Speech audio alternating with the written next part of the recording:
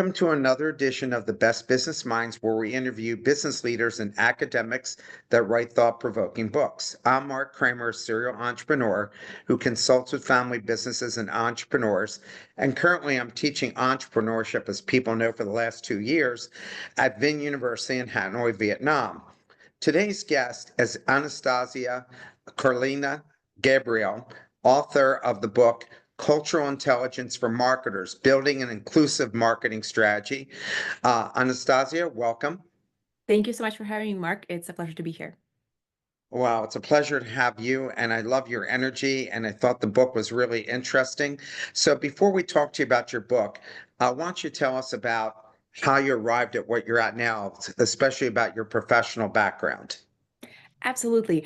I'm a little bit of a unicorn in the world of marketing and specifically brand strategy. I am a classically trained cultural theorist and was an academic for most of my life, but have always been sitting close to the field of cultural and media studies, and particularly interested in contemporary culture and popular culture and media.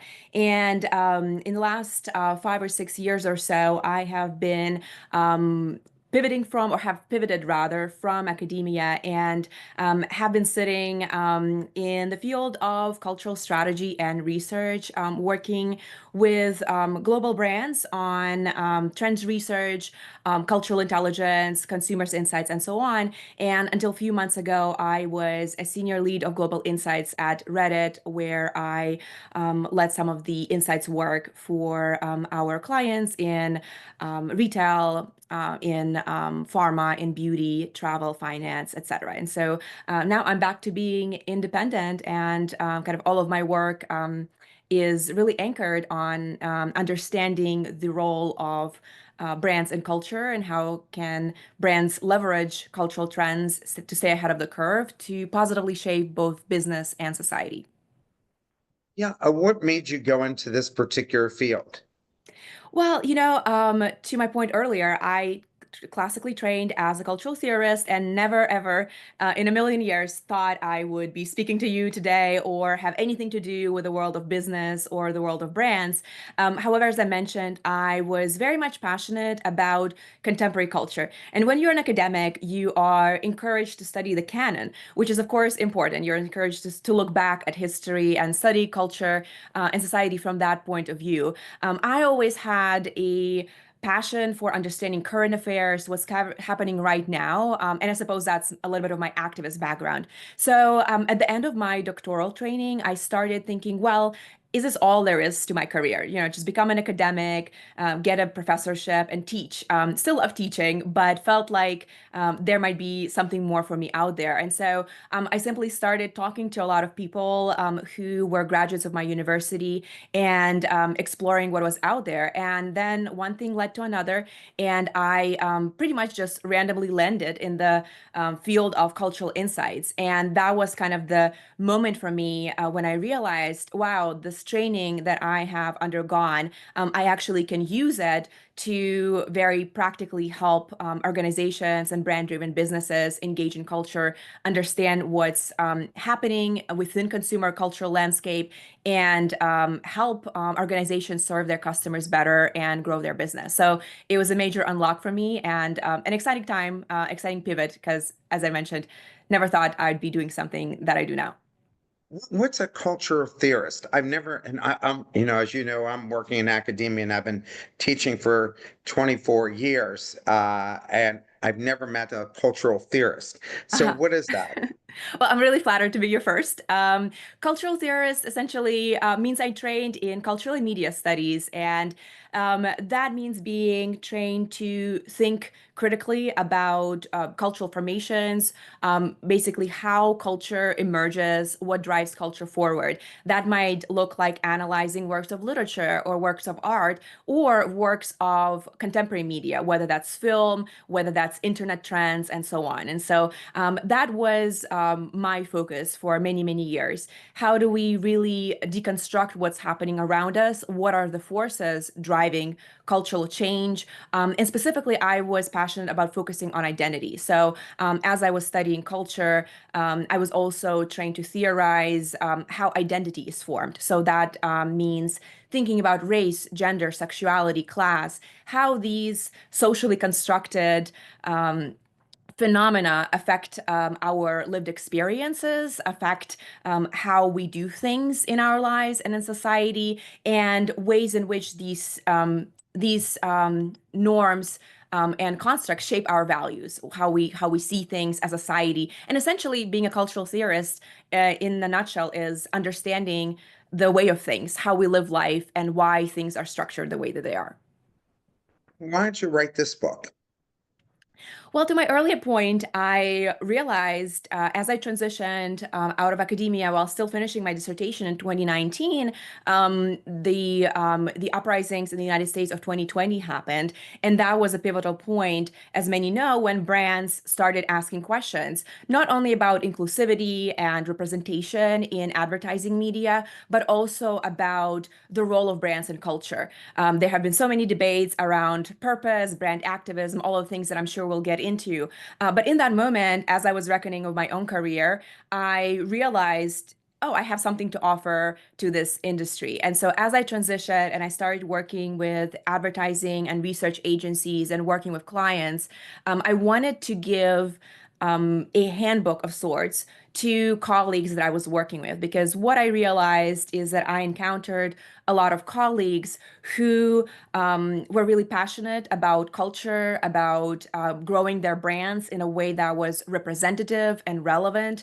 to their consumers, but they didn't necessarily have the skills or the time to go out and take classes or go out and do some kind of continuing education. So the book really was born from this. I mean, passion as a teacher, as somebody who had trained to be an educator, to produce this book that could allow a marketer, a busy professional, who can flip through it and find something to take along with themselves in their everyday work life. I don't want to get political here, but with the new administration coming in and de-emphasizing diversity and inclusion, is that going to hurt companies' bottom line that is happening? Like, how much by focusing on diversity and inclusion, did it help companies get new sales and have more brand stickiness to them? And now, and as we've seen, many major companies are getting away from that. What does that all mean at the end of the day? Again, without being political, but being, rational and functional and practical.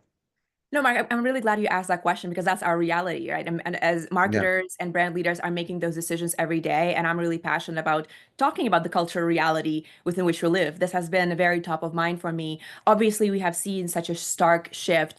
And I think what's really relevant to brands right now is the question of how you do it, how you navigate around these cultural forces.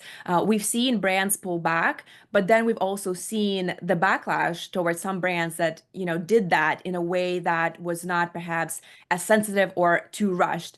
Target, here in the United States, being one of the examples, one of the major retailers that has now been forced to meet with some of the civil rights leaders here in the United States, like Reverend Sharpton, who's one of the big figures here in the history of civil rights activism. And Target has now been under boycott, and we've seen a lot of data with the food traffic decrease month over month at Target locations across the country. So now we are seeing, the fear of backlash that brands have historically had around being more inclusive or signaling those values. Now we see the reverse of that when communities that have felt that brands promise them certain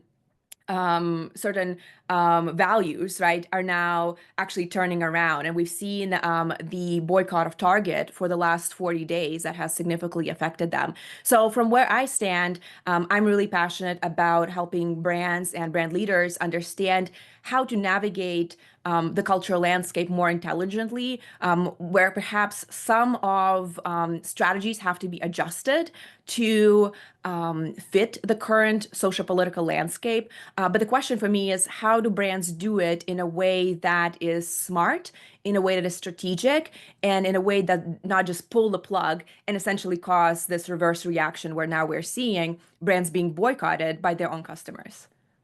Um, It's funny you should mention it because I was just talking to my students today about this, and I was talking about how it may not be right for everyone, right? Making this choice because for Budweiser, they thought they were opening up a whole new market by focusing on the gay community and transgender, but their customer base is very blue collar, and it didn't sit well with that particular customer base, ended up costing them sales. So how do you advise your clients in terms of some want to make a statement like Nike wanted to make a statement. Mhm. Some of them felt like, we should ride the wave here and we've already kind of maybe Budweiser felt like they hit the ceiling for their market for the last 100 years and now they want to break into a different market. What do you advise these companies about how to think about this subject? Well, I have a perfect provocation for you, Mark. Did you know that Bud Light was actually pro LGBTQ marriage in 2010s, 2013? And it was actually leading LGBT advocacy when virtually no brand has been doing it. I would go on interviews and I would kind of internally roll my eyes whenever somebody would bring Bud Light because it has kind of been this example of backlash and scandal, what can happen.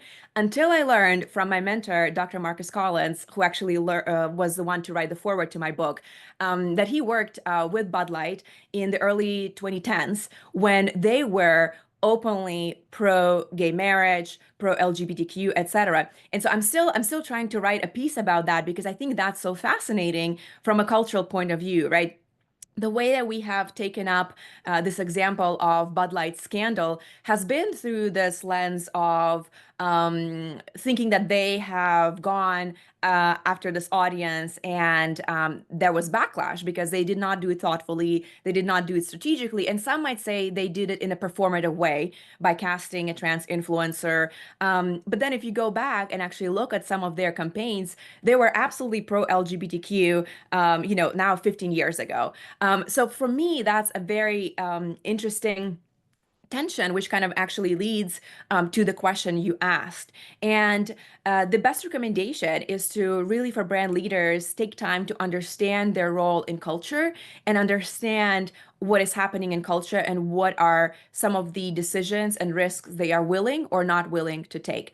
And to me, what happened with Bud Light is essentially a manifestation of the way in which a brand might have leaned into certain values at one point, and then 15 years later attempted to do so again and essentially just fumbled. They did not respond well to the backlash. They looked weak in their response. They did not stand by their values, and that amplified whatever kind of controversy there was to begin with. They angered those who were critical of them for their partnership, and they also angered those who hold progressive values. So they were basically experiencing, fire from all ends. And so for that reason, in the book, I describe some of the processes for really researching, analyzing, understanding, and deciding on what your brand will do, what your brand will not do, and what that relationship to culture is. And more than that, I feel very strongly that it is important for brands to connect their role in culture to their customer and to their product or service, rather than to go out and look for cultural movements or causes or any kind of trends that are out there and are popular, overall, but might not land well with their category. Many money managers feel that it's the brands and companies should not be making political statements with their products because you don't know who you're going to offend, right? So stay in your lane and stay in the middle of the lane, essentially. What do you advise the companies to do? Do they take that risk that potentially could hurt their brand, but it could enhance it with some folks? So when you're helping them think through the process, what are the questions that you ask them to guide them to make the right kinds of decisions?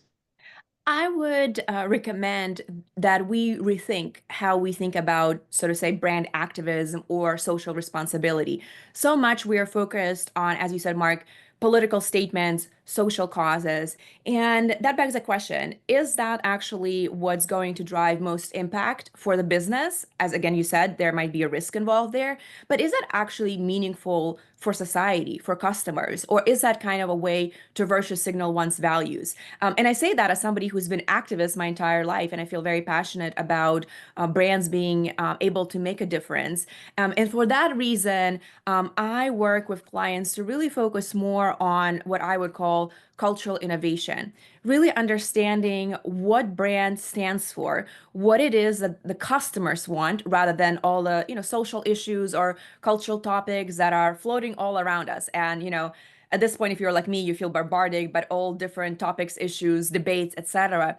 It really, to me, comes down to what does your brand do? What is the brand's role in customers' life? And how does that connect to what's happening in culture, what's needed in culture? One good example of that is, for example, some of the brands here in the United States, Band-Aids, right? If you cut yourself, you put a Band-Aid on. Well, they didn't do a political statement about racial inclusivity, but they made sure that now when, you go to the store and you look for a Band-Aid, you have a wide range of skin tones from, standard pale, white, light skin Band-Aids that fit to darker shades of brown that might fit a person with a darker skin tone. In the past, that was not available. There would be a lot of here in the United States, people of color, Black Americans who would go to the store if they cut themselves and they would have to put a very light Band-Aid on that stood out. Now, that to me is a powerful form of action that a brand can take.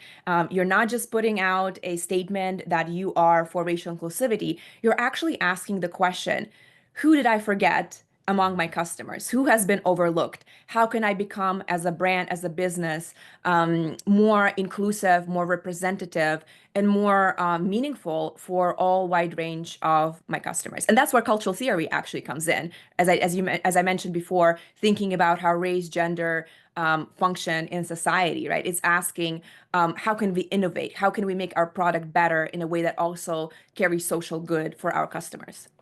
I mean, it makes perfect sense, right, for Mattel to have a black Barbie. I mean, why would black girls want a white Barbie, their whole lives? So you absolutely had to have that in.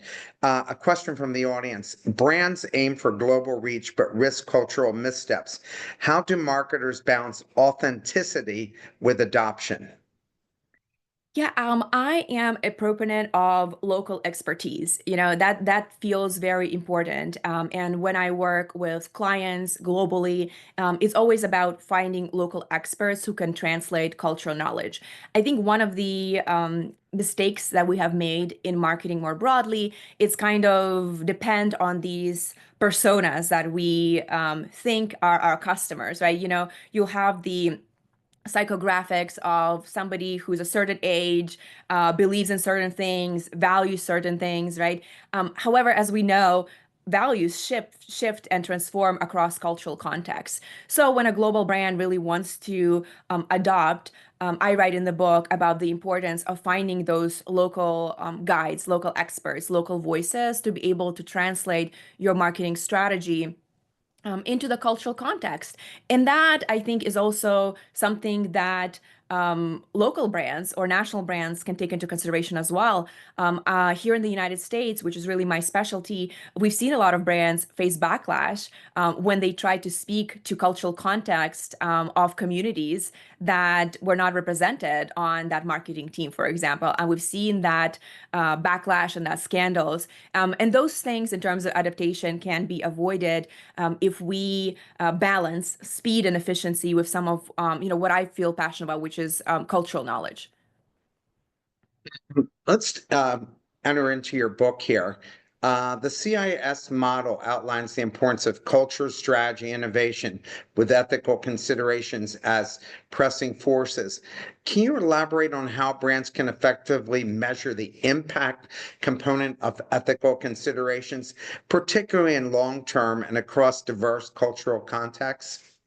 Well, when I talk about ethical considerations, I really reference what I talked about earlier, which is how can your brand be representative, relevant to your audiences? And so some of the ways that to measure that would be to actually add to your brand tracking studies things like representation. So, as an example, I worked with one of the largest global banking and investment companies on essentially auditing their marketing materials. And as they devised their global strategies, they were interested in ensuring that the people who appeared in their marketing materials and their campaigns were actually representative of the customers that they served.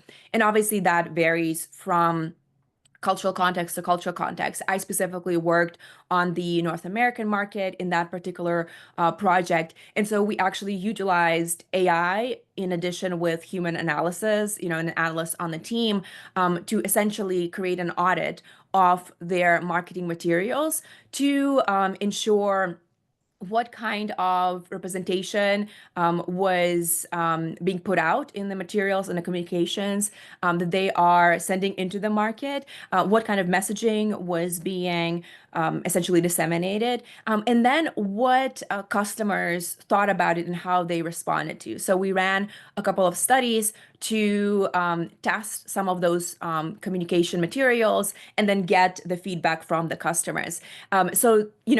I mentioned that to say that if we want to measure impact, we have to make sure that we do the legwork before the impact to ensure that it is actually meaningful and impactful. And then when it comes to measuring that impact, I think continuously tracking that kind of representation and inclusivity in your marketing materials and including in your social listening and your brand tracking studies specific attributes that are measuring how customers are viewing the brand, not only through the lens of emotional resonance, but specifically those attributes related to cultural relevance, to representation, and measuring how customers feel represented and connected to the brand through their own cultural context. Question from the audience. So marketers are keen on personalization in this AI-driven world. How do you suggest we can ensure that cultural intelligence doesn't get lost in an algorithm bias and automation at scale? That's a fantastic question, and I'm a little bit biased here. So I have worked in social media, and although I no longer work at Reddit nor represent them in any capacity, I did work in a social media platform that thought about personalization through the lens of passions and interests. So historically, we see that platforms, social media platforms in particular, whether that's Facebook or Instagram, have focused on demographics, and a lot of that personalization and that targeting comes by reaching audiences who fit a very narrow profile of what that specific customer looks like, what they care about. Well, what we're seeing now in terms of cultural intelligence and cultural research and trend analysis is a kind of rise of values-driven communities. And so as we automate a lot of our processes, what excites me most are the opportunities to identify communities that exist around certain hobbies, passions, interests that are obviously all anchored in the cultural context within which consumers live. So I think we're seeing kind of, transformation of that move towards personalization. And more, I think some of those community-driven, culturally driven attributes are gonna matter more for targeting, for reaching audiences. Although, I think the change is a little bit slow and we're still kind of stuck in some of those traditional ways of thinking about what it means to personalize messaging and reach audience in that way. Question from the audience. How do you identify cultural values without subconsciously letting stereotypes affect the messages in the branding and designing campaigns? I absolutely love this question. Honestly, this is what I get asked pretty rarely, but what I always want to talk about, because I think that is so important. That is the first step of cultural intelligence as a practice, as a mindset. The way that I see it is constantly asking ourselves, how are my own biases and my own lived experiences affecting how I design certain messaging, how I construct it, how I think about certain things. And having worked on a lot of projects that really put cultural diversity at the forefront. To me, it comes down to a few things. One of them is obviously building diverse teams. As an example, you see diplomas on my wall. I specialized in American cultural studies in my PhD, but I also did African American studies. So I studied African American history and culture. Now, when I advise on certain consulting projects, I certainly can advise on the kind of concepts and the intellectual side of things, but I obviously don't have that lived experience. So if I'm working on a project and I'm concerned about reducing my own bias and really centering lived experiences, I will build a team with people who not only have knowledge, but also that cultural context and that expertise to be there in the room with me. Obviously, that's not always possible for businesses that have smaller budgets, which I think is why it's so important to build diverse teams to begin with and hire people from all walks of life with all different mindset perspectives and experiences. So that to me is key. And quickly, the second thing I would mention is just building teams that are rooted in a culture of questioning. One of the most powerful tools I think we have is our own criticality, and building culture within our organizations where we can ask, well, is anything missing here? Are we really getting this right? Like, is there anything, something that we are not considering? And just building teams where people feel comfortable and safe enough to ask those questions and to um, bring up the topic of bias is really the key. In their interview with Rachel Lowenstein, mentions the importance of having experts on social issues within marketing teams, which you just talked about having a diverse team. I mean, and almost every company realizes that you're just talking to yourself if you have everybody being the same. What specific skills and backgrounds should brands prioritize when building these teams to ensure that they can navigate cultural complexities effectively and avoid performance activism, In this day and performative age, activism? Sorry. yeah, I just your question. I think in this day and age, it's important for businesses to look towards a variety of skill sets. And traditionally, that might have meant, hiring somebody graduating from business school. And that knowledge is certainly important. When I work with teams, I don't claim to be a business school graduate. I bring, a specific lens that is very rooted in cultural expertise. And so to me, when it comes to skills and backgrounds, it's being open to people from non-traditional, non-business backgrounds that are bringing their unique skill set into the world of business. And to me, that's today, it's unavoidable. We see in the last year, since I published this book, the cultural landscape has shifted tremendously. The conversations and the podcast interviews that I did a year ago is not the type of conversations I'm having now. And so it seems more important than ever for businesses to be open-minded in terms of what kind of skill sets will be necessary in the world of business going forward in this present moment, but also looking toward the future to be able to navigate all of these nuances, complexities, which to be frank, the standard business school education just doesn't cover. It's necessary, but I'm a true believer in kind of interdisciplinary exchange of expertise. And so I think building teams um, in that way will be so pivotal and already is. To tell you, and at Vin University, actually, that's a big part of what we teach them. Um, Amazing. I'm, uh, I'm really pleased to hear. yeah, because we feel, especially since everything has gone global, if you're not doing that, your product service can't succeed and scale up. So it's very important to be able to go and do that. Um, you emphasize the importance of recognizing multiple truths rather than a singular universal truth. in cultural research. Can you provide a specific methodological approaches or frameworks that marketing teams can use to intentionally uncover the diverse perspectives, especially when working with tight timelines and limited resources, which many of the entrepreneurs who listen to the show deal with?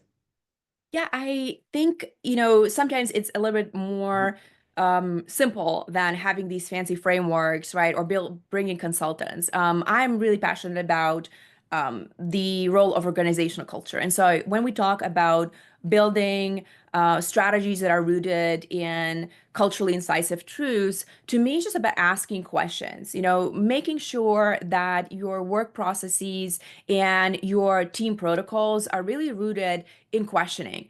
One of the helpful things that I implement in my work is just asking the question why. If this is a particular insight that we're working in, well, why is that true? And why is that thing true? I think there are models like, that kind of look like a ladder. Why? Getting deeper to the root of things to make sure that when we are digging for an insight, and I'm a believer that no good strategy works without a good insight. We're actually asking those questions.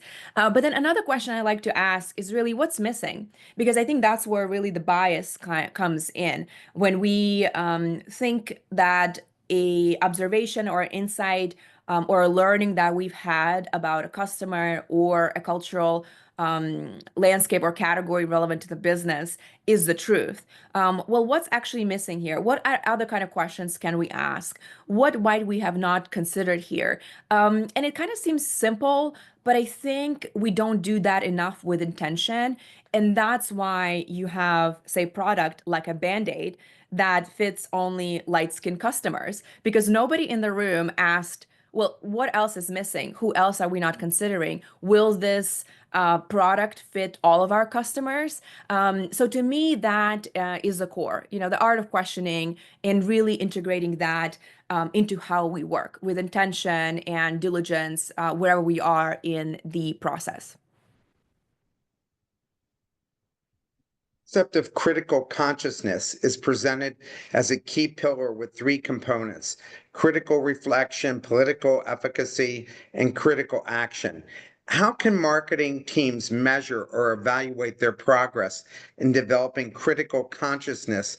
And what are some of the initial steps organizations can take to begin this journey and also authentically uh, present these in a way that's revenue producing for the company that is doing this?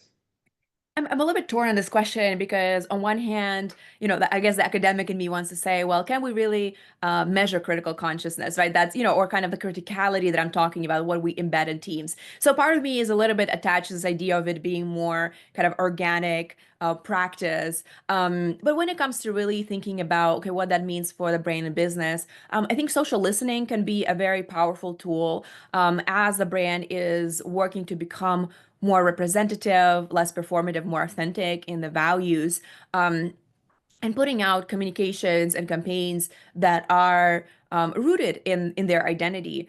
Social listening, I think, is a tool that is available to many of us, whether we have big budgets or just looking and seeing how people are talking about your brand. Are people resonating with the way that you are talking to them? A lot of times I work on projects where we are solving problems related to even copy or how a brand communicates with customers that oftentimes seems out of touch, to be frank, out of touch, not particularly authentic, performative. And so social listening and, brand sentiment, I think, can be one of the indicators that have historically been a way to measure brand health. But once we apply the lens of cultural intelligence and kind of the representation that a modern day brand can strive towards, we can use some of those tools to track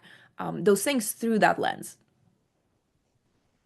Question from the audience: do you believe honesty is the best policy in messaging of a company and should be part of the staying authentic? If yes, what do you think of the comment that got the founder and ex-CEO of Lululemon fired? He was just being honest in an interview when he was asked about why Lululemon doesn't look good on plus sizes, but his answer got him fired.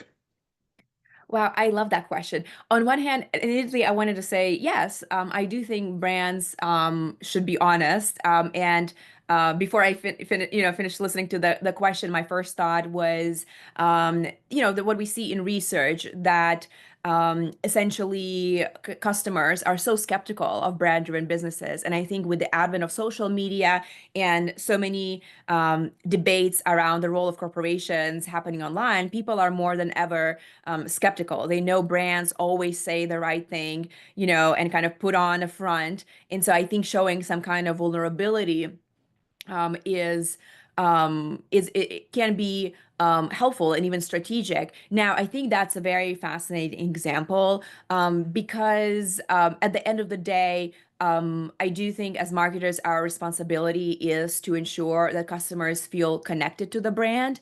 And so these days, customers are so driven by value. So I think when it comes to things like inclusion and things like representation, something that people care about. Like actually, I think it's even, a nonpartisan issue.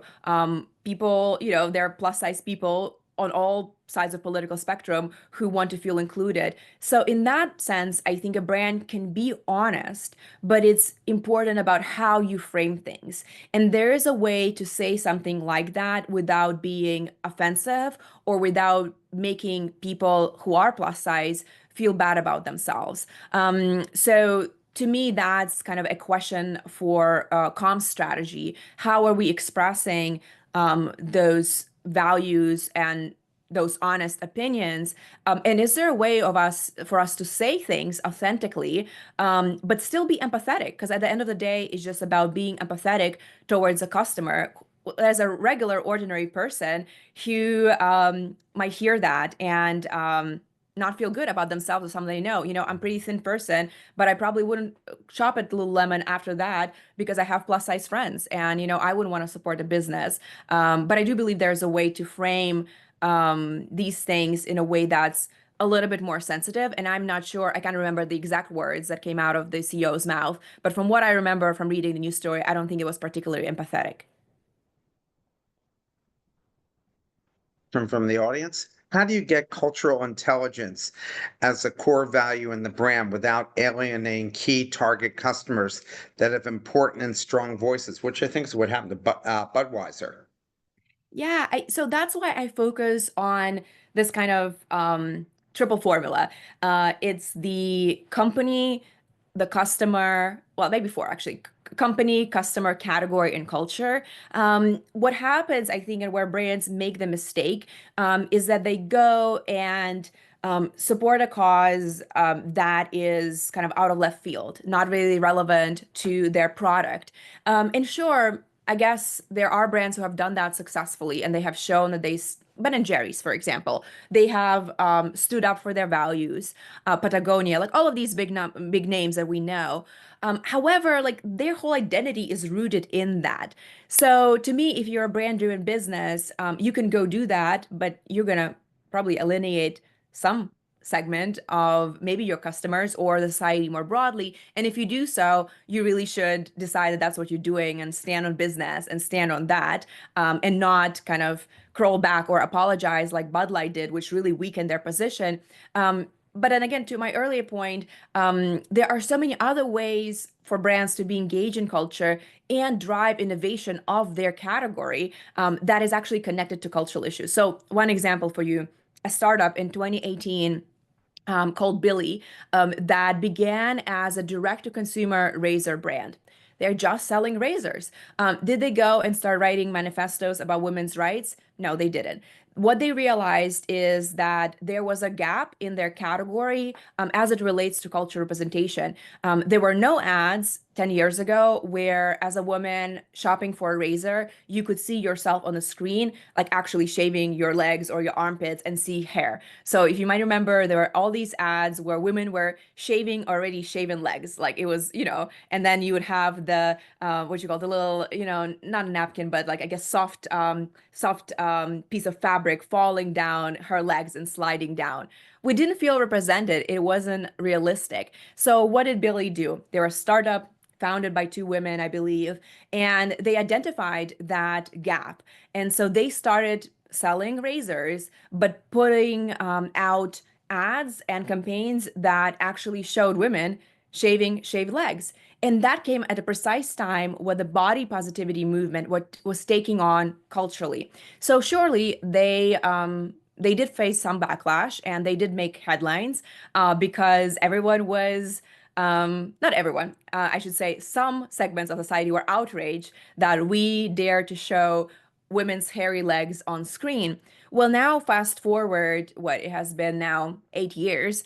If I go to Target and I go into the razor section, I look at Billy, and then I look at all of these other brands that have since copied Billy and are trying to be like them. They really have expanded, and now that they have established their brand, they have produced like a game around like with its theme was that women's issues, like what women deal with. And so now they are talking to women customers about these like larger cultural topics where they are like creating this board game that is got tongue-in-cheek play on what women deal with in their lives. So does they really build up to that place where they can do that? And so that's kind of my philosophy is like find how you can make a difference or differentiate yourself within your category with what your customer needs before you start going and talking about social issues, which I think at the end of the day, even as an activist, a lifelong activist, I think can be very performative. The residual dominant emergent framework provides a valuable way to map cultural shifts. But how can marketers distinguish between genuine emergent cultural codes and fleeting trends that might not have lasting impact? Are there specific indicators or patterns that signal which emergent elements are likely to become dominant? That is an excellent question. I think it actually speaks to my and many of my colleagues' frustration with the trends research industry. So we have these fleeting trends, right? What was it last summer? Or 2 summers ago, the Barbie trend. That was a thing that the Barbie, the movie, the release of the movie that all brands jump on. We have these perpetual, like there was a trend on social media, very demure, very mindful when one of the influencers went viral with that phrase. And so many brands started jumping in and essentially trying to pitch in, trying to use that phrase or try to use Barbie colors, right? Those things that we have accepted as these trends in culture and what brands jump on. I would call them signals. Like they are social media trends, but in terms of understanding brands' role in culture, I would really think of them as signals. And I wouldn't necessarily think them as different from what I call cultural codes. But I would actually start thinking about these, what we call trends as signals, right? So if Barbie movie is released and it gains such a wide acclaim. And then there are all of these other instances that we have where maybe a certain influencers go viral with a certain message and it really resonates with customers. We see other things happening in media. How can we take those things together and essentially estimate what's happening in culture and where it's moving, which is essentially what I do. The way I describe it is understanding what's now in culture and what's next in culture. And I think the mistake that we have made is to treat these viral trends that come and go, they might be really popping for 32 hours as kind of trends. I would argue that they are signals, and when taken together, brands can actually identify what we might call cultural codes or cultural movements that allow brands to innovate. So, for example, with the case of Billy, that's one example. They were tracking those signals, they were tracking those trends, and realized body positivity was on the move. It was on the rise, and they tapped into that. There are other larger cultural codes, cultural movements around wellness. And so, all that is to say, what I try to explain in the book is how do we kind of have a little bit of a bird's eye view of what's happening in consumer culture, rather get so obsessed with these trends and jumping on them, which again can backfire if you're doing something hastily, jumping on a trend within 72 hours. A question from the audience. Do you work with some form of checklist to be comfortable? Uh, you are covering all the bases and providing recommendations to clients? Well, I personally don't in my work, but I do believe, gosh, I would have to flip through my own book. I do believe I provide quite a bit of checklists and quite a bit of kind of frameworks to ask yourself questions to ask yourself as, as I mentioned, the book is really an offering for people who might not have resources or big budgets to bring a consultant. And so the book includes some of those kind of checklists or questions to ask, are we being representative of our customers who has historically been excluded? The Band-Aid example for, that's one of the things. Or, for example, one other campaign, not to go on a tangent, but I really like it, is by Advil, which is a painkiller, brand of painkillers and pain management. They are doing a brilliant campaign where they have partnered with a medical school and a healthcare startup to bring awareness to racial bias in pain management. And so they are doing a whole campaign educating both medical professionals and the public about how there can be bias in how Black patients pain in the United States can be treated due to, history of racial bias here. That's another example of, who's missing, who are we leaving behind? Are we really thinking expansively about our customers? I can't remember all of those items from the top of my head, but I believe there are in the book. You describe three core tenets of culturally disruptive brands: subversive storytelling, power shifting, and inclusive innovation.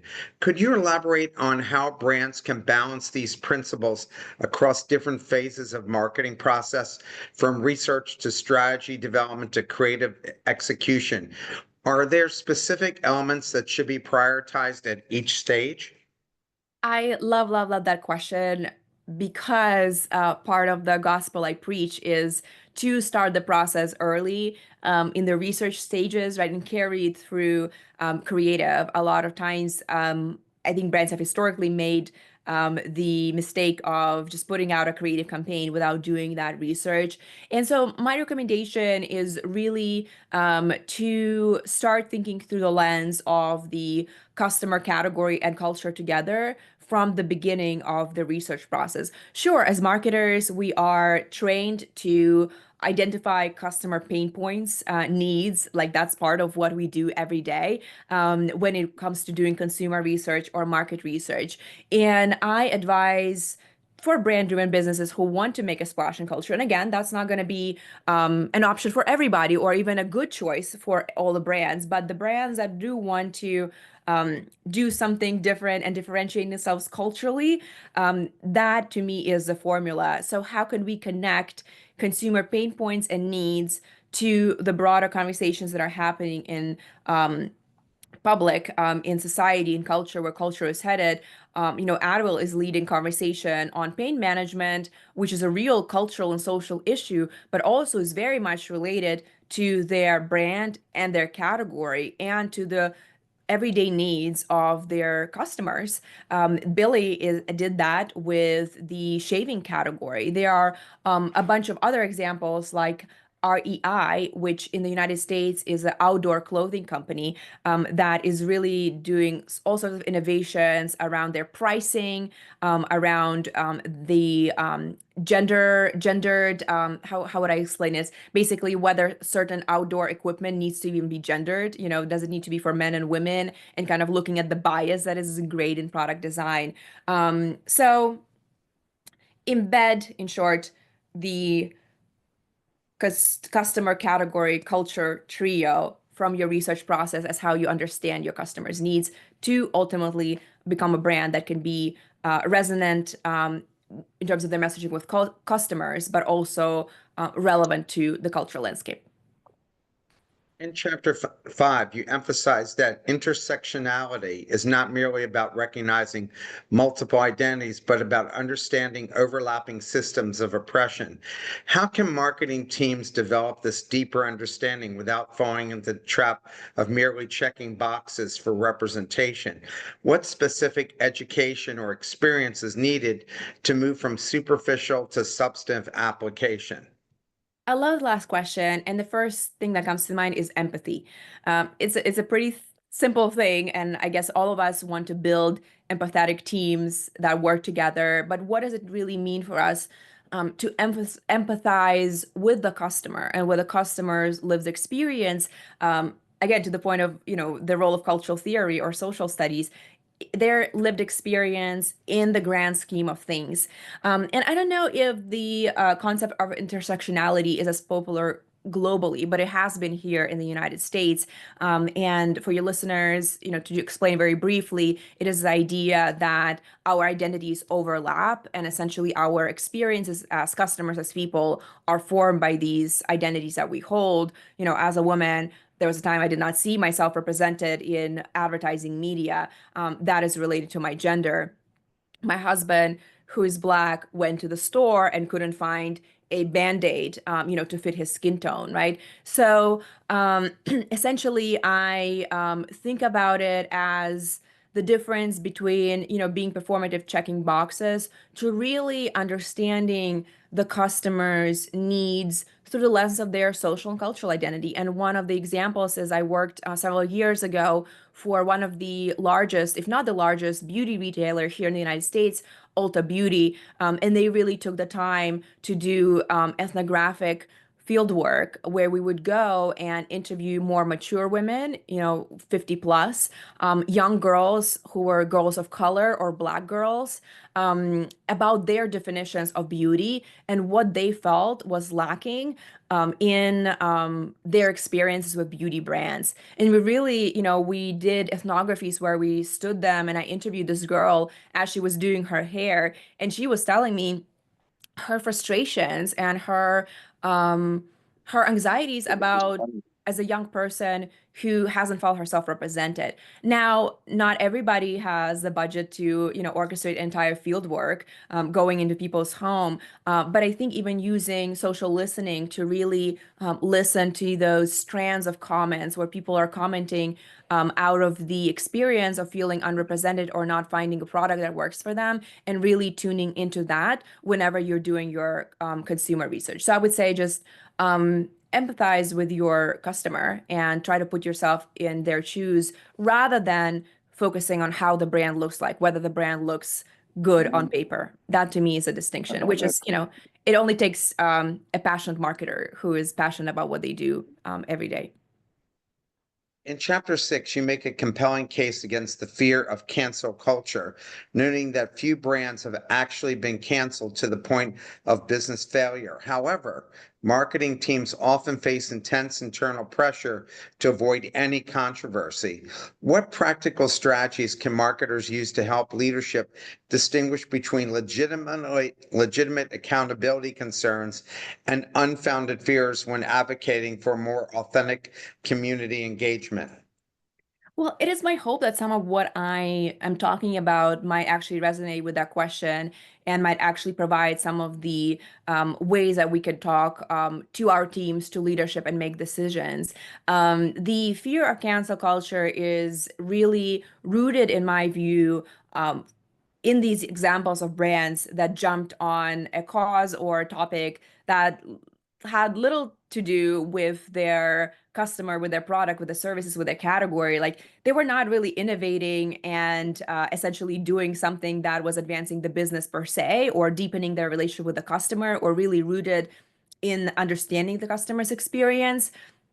Some of these sort of cancel culture examples seem to be about, the infamous Pepsi ad, right? Like just jumping on a social issue. So how do we talk to leadership about a brand being more culturally embedded? To me, again, not to repeat myself, but it is about product and brand innovation within the cultural landscape. And for that reason, I don't think that brands need to do these elaborate statements or manifestos, which is actually, I probably have changed my mind about that over the last 2 years. Maybe if we talked 2 years ago, I would be a little bit more a proponent of that. But at the end of the day, I think brand leadership has to decide what they stand for and what they don't stand for. At the end of the day, we're also people with values, and we are leaders that have to stand for something.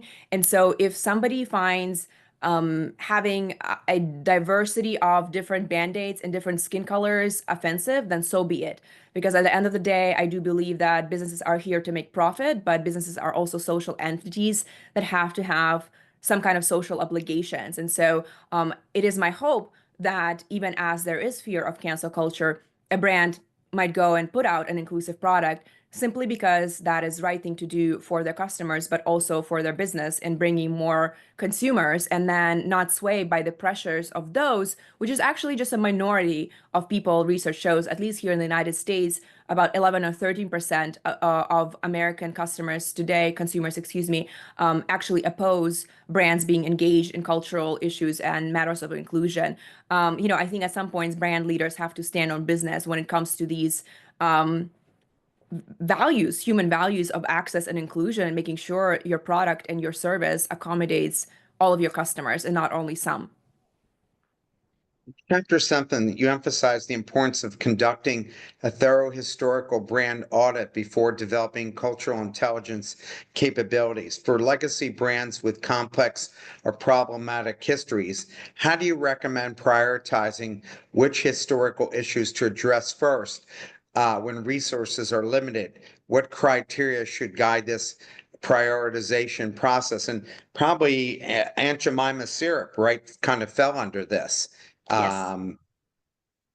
Um, I would say focus on your communication. So yes, there's certain, well, maybe actually two things: access, like product inclusivity and access. Because I think, at the end of the day, as a business, you are selling a product. So if you don't have band-aids that fit all of your customers, that is a problem. And I keep focusing on this band-aid example just because I love it, and I think it's such an important innovation. It's even sad to call it a piece of innovation, but that has been the issue in beauty industry, where people with dark, and specifically women with darker skin tones, couldn't find foundation for years to match their actual skin tone. That's an issue in retail industry, where you would have people who go to store and cannot find clothing in their size. I mean, we can go on and think about insurance and finance industries here in the United States that have racial bias embedded in them, and so on and so forth.